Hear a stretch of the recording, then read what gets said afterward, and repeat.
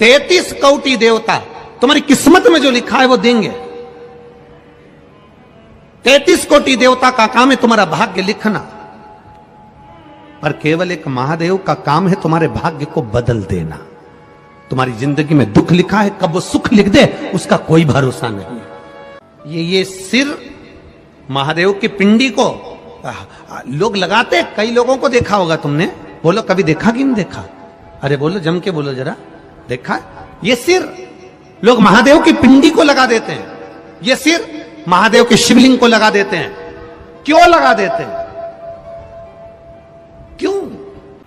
ये ललाट पर जो दुख लिखा है, ललाट पर जो भाग्य में तकलीफें लिखी हैं, किस्मत में जो लिखा है, बेकार कुछ लिख दिया, शिव के शिवलिंग को ये शीश लग जाए, महादेव का स्पर्श मात्र हो जाए, ललाट पर लिखा उल्टा भी सुल्टा हो जाता है, सीधा हो जाता है। मंदिर से मिले हुए फूल को कहां लगाना चाहिए, कहां रखना चाहिए? मंदिर से कोई पंडित जी आपको फूल दे देता है, उस फूल को सबसे पहले कहां लगाना चाहिए, कहां रखना चाहिए?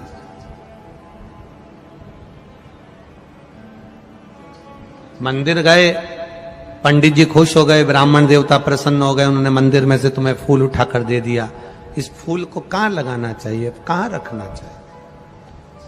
शिव महापुराण में, लिंग पुराण में, पद्म पुराण में, स्कंद पुराण में पुष्प का भी वर्णन है कि मंदिर से मिला हुआ पुष्प नैनों से लगाकर, हृदय से लगाकर अपने कर्ण में लगाया जाता है, कानों में लगाया जाता है।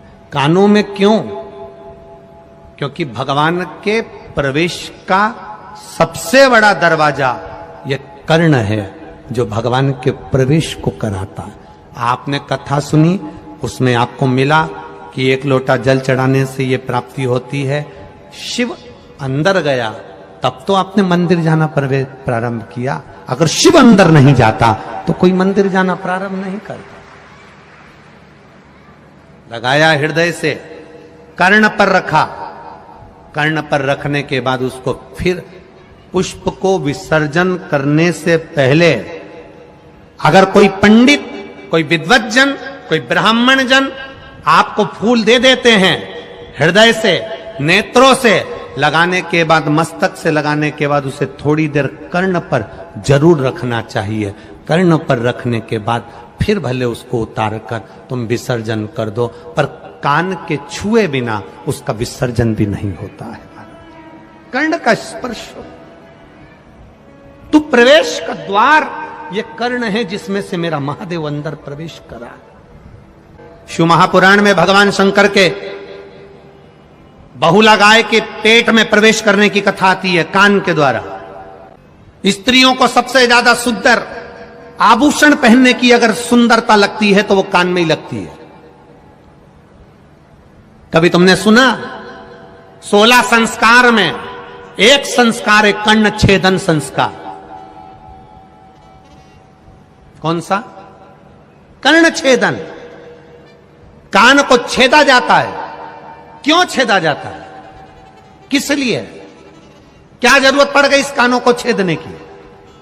क्या जरूरत पड़ गई इन कानों में पिन लगाने की? क्या जरूरत पड़ गई इन कानों को छेद करने की? एक लड़की की शादी करने से पहले उसके कानों को छेद दिया जाता है। बाल्यावस्था में कन्या को, बेटी को कानों में छेद दिया जाता है।